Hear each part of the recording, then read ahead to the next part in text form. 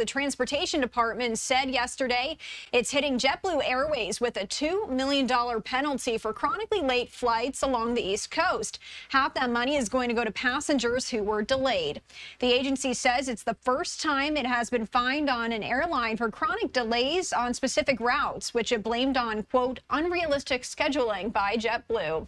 JetBlue saying, though, that the government, which operates the air traffic control system, shares the blame for late flights. Airline spokesperson for JetBlue says they have invested tens of millions of dollars to reduce flight delays, particularly related to ongoing air traffic control challenges in our largest markets in the Northeast and Florida, resulting in better on-time performance in 2024, including during the peak summer travel season.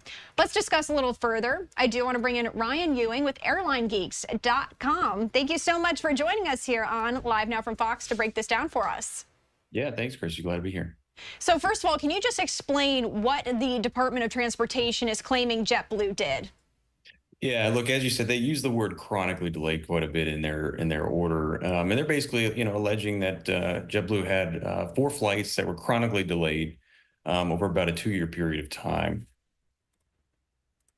Okay, and also let's just go a little further into that. These fines that we're seeing placed onto JetBlue, do you think that this could expand to other airlines as well?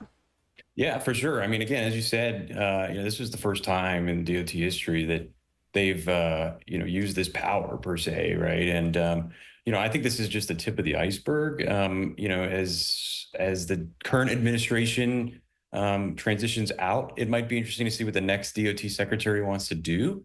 But I think it's certainly a continual possibility now that this can of worms has been open. But is this really all JetBlue's fault? I mean, there are so many factors at play here that go into flight delays, right? Can you speak to what some of that might be?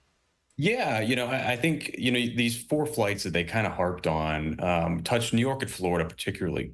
And it's no secret that during that time frame, soon after COVID, that the air traffic control system was very strained because of staffing problems, particularly at Jacksonville Center, which controls about the northern half of Florida and en route traffic, and then New York Approach, which controls the approach facility, aircraft arriving and departing into New York, obviously the busiest airspace in the world.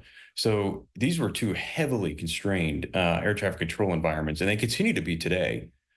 So I wouldn't say it's it's a coincidence that these 2 are lining up. And, even the JetBlue spokesperson told me that, they have an equal responsibility as well, the government. So it is quite interesting.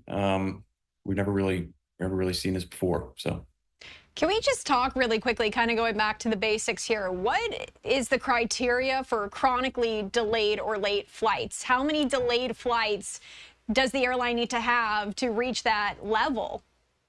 Yeah, so the DOT in their news release, they put the formula on there.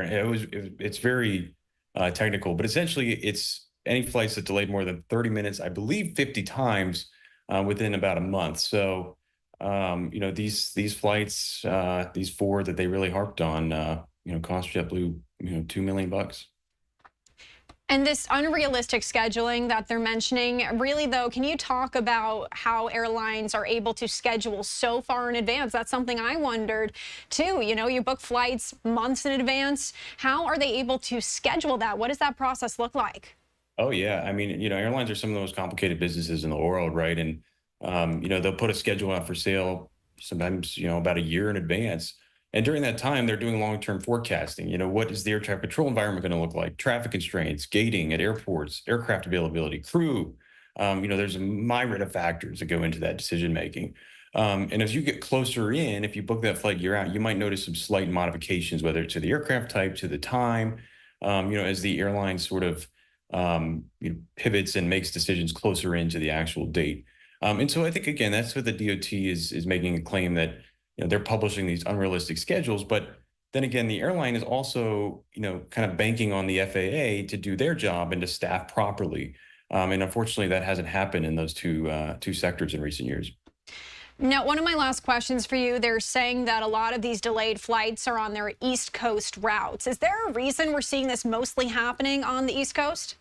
Yeah, East Coast, like I said, I mean, the Jacksonville Center and then New York Tracon or New York Approach facility, have been heavily constrained by traffic, by air traffic control constraints, particularly with staffing. So those two, that's a very large part of the East Coast. The East Coast is a very constrained environment, some of the busiest airspace in the world. So yeah, of course, that's going to lead to flight delays. And so, when JetBlue's stacking their schedule into those markets, their biggest or one of their biggest hubs is in New York, and in Florida. It definitely creates a recipe for delays, unfortunately. All right, Ryan Ewing with airlinegeeks.com. Thank you for joining to break it all down for us. Yeah, of course. Thanks. All right, have a good one.